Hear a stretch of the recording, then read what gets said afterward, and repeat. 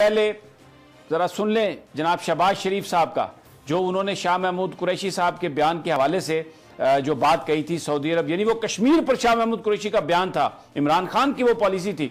सुन लें जरा जनाब शहबाज शरीफ साहब क्या कह रहे हैं।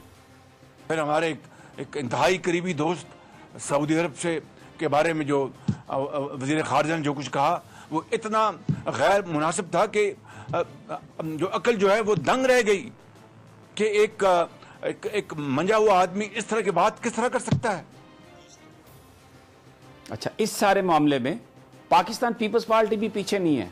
मैं आपको बिलावल भुट्टो साहब की गुफ्तगू सुनवाता हूं, जिसमें वो कह रहे हैं कि दोस्त ममालिक से ताल्लुकात खतरे में डाल दिए गए। कश्मीर पर जो हो रहा है, वहां पर जो जुल्म हो रहा है, उसकी किसी को फिक्र नहीं है। वो बिक जाए, वो तो चला जाए जहां भी कश्मीरी जाते हैं, लेकिन सऊदी अरब को नाराज नहीं होना चाहिए। सुन ले जरा बिलावल भुट्टो साहब क्या फरमा रहे हैं।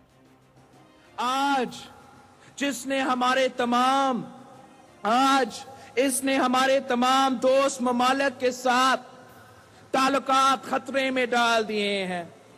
इस नालायक, नाअहल और ला इल्म वजीर आजम को जाना पड़ेगा।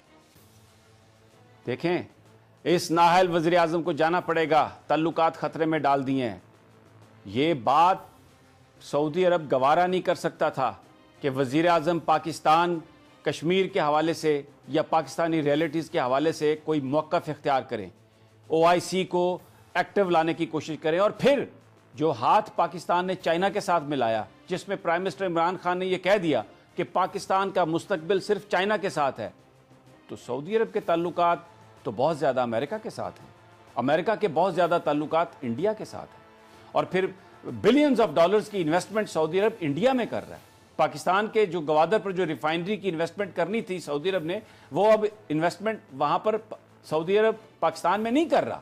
वो अभी एक बड़ा सवालिया निशान है उस पर क्या है। तो ये जो सारे अवामल थे, मैंने आपको पहले वो लूप दिखाया जिसमें रिलीजियस पॉलिटिकल पार्टीज के लोग मिले, मौलाना फजलुर रहमान सबसे पेश सबसे आगे आगे, और उसके बाद उनका ये जो जिस कैंपेन, अब मैं आता हूं उस बात की तरफ जो आपने कही है कि ये जो निशाना जो है ये पाकिस्तान की फ़ौज है। और ये कहा जा रहा है, मैंने आपको इससे पहले भी वो गुफ्तगू सुनवाई थी जिसमें मौलाना फजलुर रहमान ने ये कहा कि फ़ौज जो है वो इसको सपोर्ट कर रही है इमरान खान को, वो उनकी बैकिंग से हट जाए, वो उनकी पुश से हट जाए, और हम हैं वो लोग जो यहाँ पर डिलीवर कर सकते हैं। तो हम ये चाहते हैं कि फ़ौज हमारे साथ आ जाए।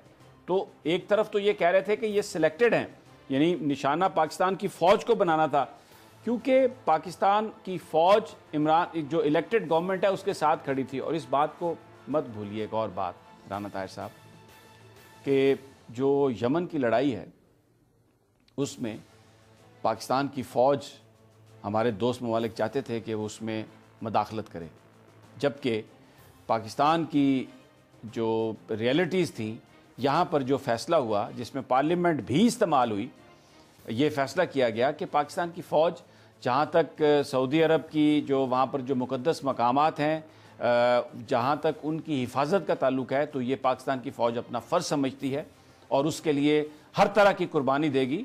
और किसी दुश्मन को इतनी हिम्मत नहीं होगी कि वह मदीना मुनव्वरा और मक्का मौज़मा की तरफ आँख उठा के देख सके। वो पाकिस्तान की फ़ौज अपना सारा काम पूरा करेगी, अपने फ़राइज़ निभाएगी, एक एक जवान पाकिस्तानी फ़ौज का उसके लिए कट जाएगा। लेकिन जो ये यमन की जंग है उसमें पाकिस्तान की फ़ौज इस्तेमाल नहीं होगी, उसमें बिल्कुल पाकिस्तान की फ़ौज इस्तेमाल नहीं होगी, क्योंकि हम यहाँ पर अपने मुल्क में कोई सेक्टेरियन वायलेंस नहीं चाहते। और फिर अगर चाइना के ईरान के साथ ताल्लुकात बन गए हैं, वहाँ पर वो 400 बिलियन डॉलर्स की इन्वेस्टमेंट करने जा रहा है, तो जाहिर है पाकिस्तान भी CPEC का हिस्सा है। और फिर कश्मीर के मामले पर ईरानियन जो हुक्काम हैं उन्होंने बहुत खुलकर, हमें बहुत शिकायत हैं, अफगानिस्तान बॉर्डर पर माजी में बहुत कुछ हुआ है।